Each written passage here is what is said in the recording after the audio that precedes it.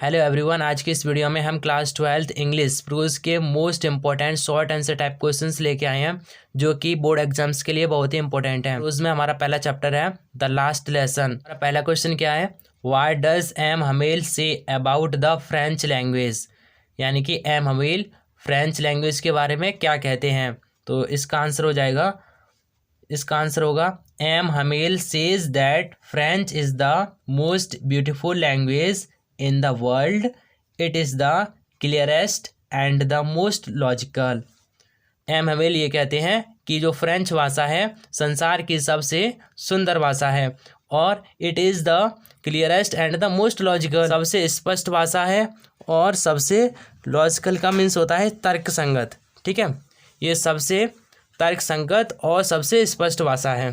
Next question क्या हमारा, why did French praise the courage of M Hamel. French ने M Hamel की क्यों प्रशंसा की, इसका आंसर क्या होगा।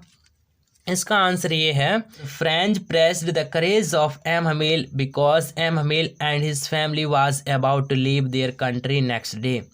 फ्रेंच ने एम हमेल की प्रशंसा इसलिए की क्योंकि एम हमेल और उसकी जो फैमिली थी वो अगले दिन अपना देश छोड़ के जाने वाली थी। ठीक है, yet M Hamel was teaching with great patience without any tension as he taught daily।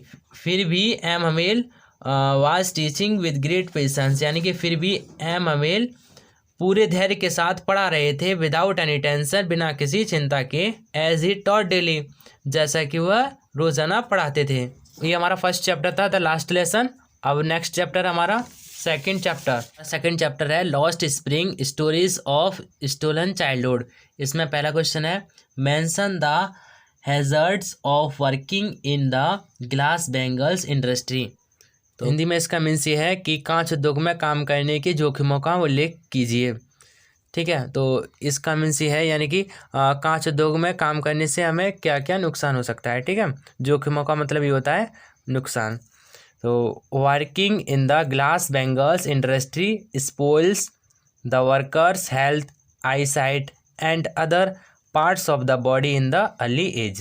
कांच उद्योग में जो काम करने वाले जो वर्कर्स होते हैं उनकी जो हेल्थ यानी कि उनका स्वास्थ्य है, आई साइट यानी कि उनकी जो दृष्टि होती है आंखों की दृष्टि, and other parts of the body in early age कैसे हो जाते हैं, स्पॉइल यानी कि जल्दी खराब हो जाते हैं। उनका स्वास्थ्य, आंखों की जो दृष्टि और शरीर के अन्य भाग जल्दी ही यानी कि कम उम्र में खराब हो जाते हैं। ठीक है, नेक्स्ट क्वेश्चन क्या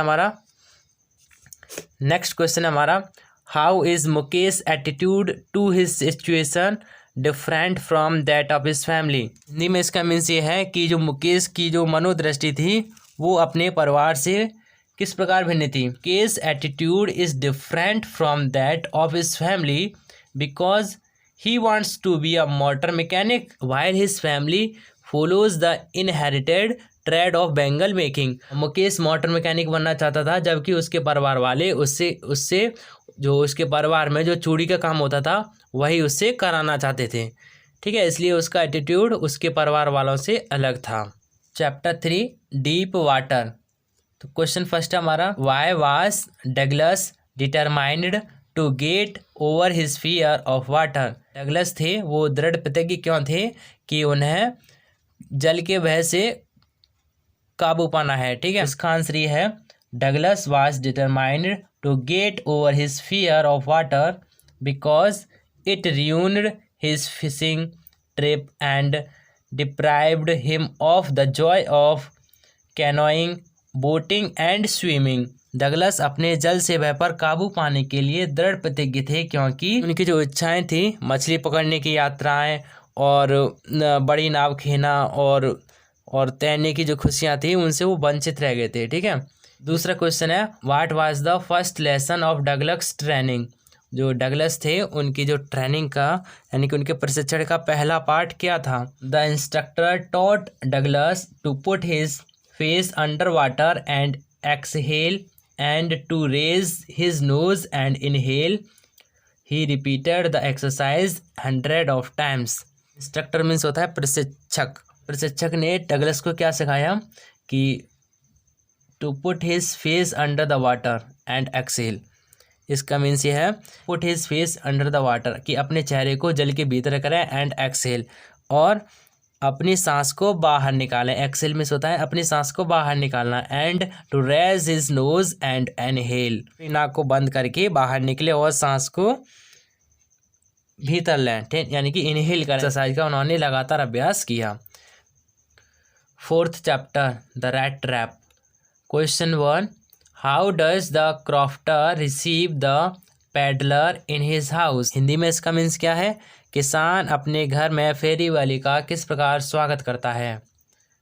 ठीक है, इसका आंसर जानते हैं अब। As the peddler comes to his cottage the crofter puts the porridge pot on the fire and gives him supper, he gives him तंबाकू roll for his pipe.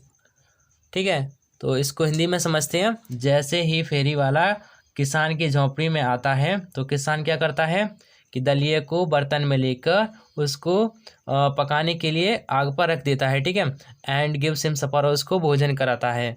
He gives him तंबाकू roll for his pipe, और क्या करता है, और उसको चिलम पीने के लिए उसे तंबाकू दे देता है। ठीक है, उसके बाद नेक्स्ट क्वेश्चन क्या है हमारा, what made the peddler accept Edla Willmansson invitation.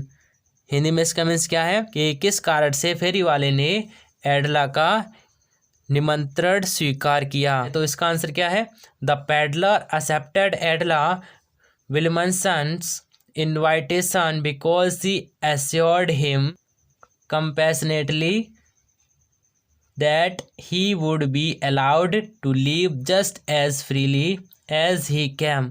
ठीक है, फेरी वाले ने एडला विल्मैंसन का निमंत्रण स्वीकार किया बिकॉज यानी कि क्योंकि सी assured him compassionately that he would be allowed to leave just as freely as he came, यानी कि उसने उस पर दया करते हुए उसे विश्वास दिलाया था कि जैसे वह आया था वैसे ही उसे जाने दिया जाएगा। Chapter 5 Indigo. How was the Champaran episode a turning point in Gandhi's life. Champaran की घटना गांधी जी के जीवन में बदलाव लाने वाली कैसे सिद्ध हुई। ठीक है, तो इसका आंसर क्या है, The Champaran episode was a turning point in Gandhiji's life because he was successful in his method of civil disobedience in India first time। Champaran का जो आंदोलन था गांधी जी के जीवन में महत्वपूर्ण बदलाव लाने वाला सिद्ध हुआ, क्योंकि सविनय अवज्ञा आंदोलन था जो भारत में पहली बार आरंभ किया गया था। वो कैसा रहा था, वो भी सक्सेसफुल रहा था। ठीक है, इसलिए जो चंपारण का आंदोलन था गांधी जी के लिए वो एक टर्निंग पॉइंट रहा था। ठीक है, नेक्स्ट क्वेश्चन क्या हमारा, what was the conflict of duties in which Gandhi was involved. ठीक है, गांधी जी किन कर्तव्यों के संघर्ष में उलझे हुए थे। इसका आंसर क्या है, on the other hand Gandhi did not want to set a bad example as a law breaker. On the other hand he wanted to render the humanitarian and national service for which he had come। ठीक है, इसको हिंदी में समझते हैं। एक तरफ गांधी जी कानून को तोड़ना नहीं चाहते थे, दूसरी तरफ मानवीय पहलू और राष्ट्रीय सेवा के लिए समर्पित भी होना चाहते थे। ठीक है, तो इस समस्या से वो उलझे हुए थे। स्टूडेंट्स, इस प्रकार हमने क्लास 12 के इंग्लिश के प्रोज के मोस्ट इम्पोर्टेंट शॉर्ट क्वेश्चंस पर डिस्कस किया है। आपको यह वीडियो अच्छा लगा तो वीडियो को लाइक, चैनल को सब्सक्राइब कर लीजिए। यह वीडियो बोर्ड एग्जाम के लिए बहुत ही इंपॉर्टेंट है। अपने दोस्तों के साथ शेयर करना ना भूलें।